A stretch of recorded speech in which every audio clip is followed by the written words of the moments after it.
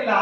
ಆದ್ರೆ ನಾನು ಕಲಿಸಿರುವ ವಿದ್ಯಾರ್ಥಿ ಮಿತ್ರಗಳೆಲ್ಲ ಸಮಾಜದಲ್ಲಿ ಗೌರವದ ಬದುಕನ್ನ ಕಟ್ಟಿಕೊಡ್ತಾ ತಮ್ಮ ಕಾರ್ಯವನ್ನ ಅಚ್ಚುಕಟ್ಟಾಗಿ ಮಾಡ್ತಾ ಕಾಯಕವೇ ಕೈಲಾಸ ಎನ್ನುವ ಸಂದೇಶವನ್ನ ಕೊಡೋದನ್ನ ನೋಡ್ತಾ ಇರ್ಬೇಕಾದ್ರೆ ಒಬ್ಬ ಗುರುವಿಗೆ ಖುಷಿ ಆಗುತ್ತೆ. ಬಹುಶಃ ನನ್ನ ಒಬ್ಬ ವಿದ್ಯಾರ್ಥಿ ಮಿತ್ರ ಶ್ರೀಯುತ ಶೆಟ್ಟರ್ ಅವರಿದ್ದಾರೆ. ಇವತ್ತು ಸಾಂಸ್ಕೃತಿಕ ವಿಭಾಗದ ಕಾರ್ಯದರ್ಶಿಯಾಗಿ ಕಾರ್ಯವನ್ನು ನಿರ್ವಹಿಸ್ತಾ ಇದ್ದಾರೆ. ಸರ್ ಬರ್ಬೇಕು ಅಂತ ಪ್ರೀತಿಯಿಂದ ಒತ್ತಾಸೆ ಮಾಡಿದ್ರು.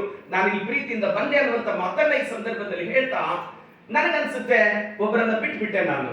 ಯಾರನ್ನ ಅಂತ ಕೇಳಿದ್ರೆ ಶ್ರೀಯುತ ಹನುಮಂತ್ ಬಳ್ಳಿ ಸರ್ ಅವರನ್ನ ನಾನು ಕ್ಷಮಿಸ್ಬೇಕು, ಹನುಮಂತ್ ನಂದಿ ಸರ್ ಅವರನ್ನ ನಾನು ಇಲ್ಲಿ ಬಿಟ್ಟೆ. ನಾನು ಮಾತನಾಡ್ಬೇಕು ಅಂತ ಬಂದಾಗ ಏನನ್ನ ಮಾತನಾಡಬೇಕು ಅಂತ ಹೊರಟೆ, ನೂರಾರು ವಿಷಯಗಳು ತಲೆಯಲ್ಲಿ.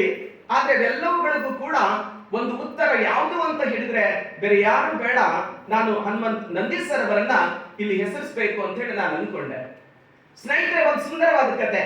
ಪ್ರಥಮ ವರ್ಷ ಪಿಯುಸಿಯಲ್ಲಿ ನೀವಿದ್ದೀರಿ. ಎಷ್ಟು ಚೆನ್ನಾಗಿ ನೀವು ಶಾಂತತೆಯಿಂದ ಕುಳಿತುಕೊಂಡಿದ್ದೀರಿ. ನಿಮ್ಮೆಲ್ಲರ ಕನಸುಗಳಲ್ಲಿ ಕಣ್ಣುಗಳಲ್ಲಿ ನೂರಾರು ಕನಸುಗಳಿದ್ದಾವೆ. ನಿಮ್ಮೆಲ್ಲರ ಮೈ ಮನಗಳಲ್ಲಿ ಅದನ್ನು ಸಾಧಿಸಬೇಕು ಅನ್ನುವಂತ ಕೆಚ್ಚದೆ ನಿಮ್ಮೆಲ್ಲರಲ್ಲಿ ತುಂಬಿಕೊಂಡಿದೆ. ಆ ಕನಸುಗಳನ್ನು ನನಸು ಮಾಡಲಿಕ್ಕೆ ನೀವು ಹಗಲಿರುಳು ಪರಿಶ್ರಮ ಪಡುವ ತುಡಿತ ನಿಮ್ಮೆಲ್ಲರಲ್ಲೂ ಇದೆ. ಹಾಗೇನೆ ಪ್ರಥಮ ವರ್ಷಕ್ಕೆ ಬಂದಿರುವ ಎಲ್ಲ ವಿದ್ಯಾರ್ಥಿಗಳನ್ನ ಸ್ವಾಗತ ಕೋರ್ತಾ, ಶಿಕ್ಷಣ ಅಂದ್ರೆ ಏನು? ಕೇವಲ ಅಂಕಗಳಲ್ಲ, ಕೇವಲ ಮಾರ್ಕ್ಸ್ಗಳಲ್ಲ, ಕೇವಲ ಸರ್ಟಿಫಿಕೇಟ್ಗಳಲ್ಲ, ಕೇವಲ ಡಿಗ್ರಿಗಳಲ್ಲ.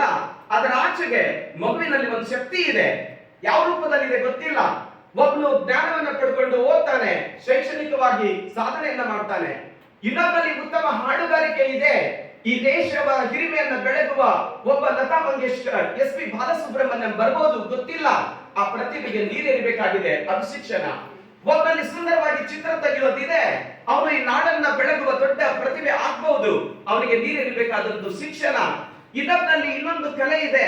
ಎಲ್ಲ ಕಲೆಗಳಿಗೆ ಪ್ರೇರಣೆಯನ್ನು ತುಂಬಿ ಆ ಮಕ್ಕಳು ಭವ್ಯ ಭಾರತದ ಕೀರ್ತಿಯನ್ನ ಬೆಳೆಸುವ ಅದ್ಭುತ ಧ್ರುವತಾರೆಗಳಾಗಿ ಹೊರಹೊಮ್ಮಬೇಕು.